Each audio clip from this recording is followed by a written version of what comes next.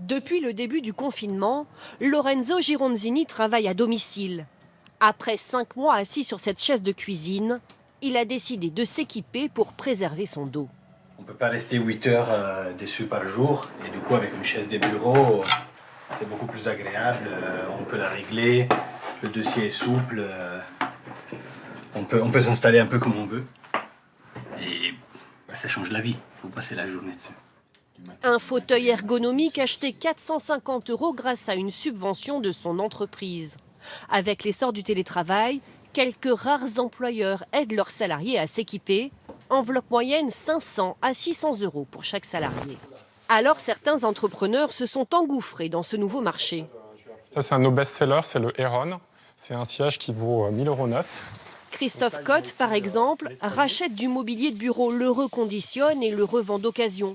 Depuis le déconfinement, sa clientèle a complètement changé. 80% des personnes qui achetaient, c'était des entreprises, et plutôt des grosses quantités.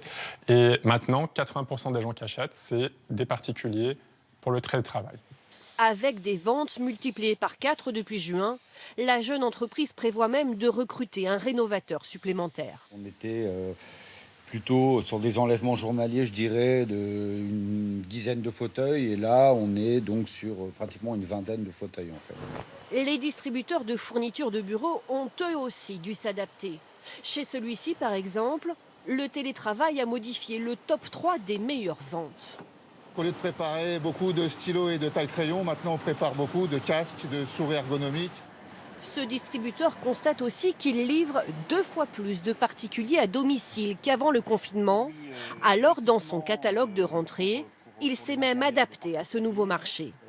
On a référencé de nouveaux produits qui étaient plus adaptés aux environnements de travail chez les particuliers, chez soi, en termes de design, pour que ça s'intègre dans la déco des intérieurs des particuliers. Tous parient sur l'avenir, car selon certains experts, un salarié sur 3 pourrait travailler en partie à domicile dès l'année prochaine.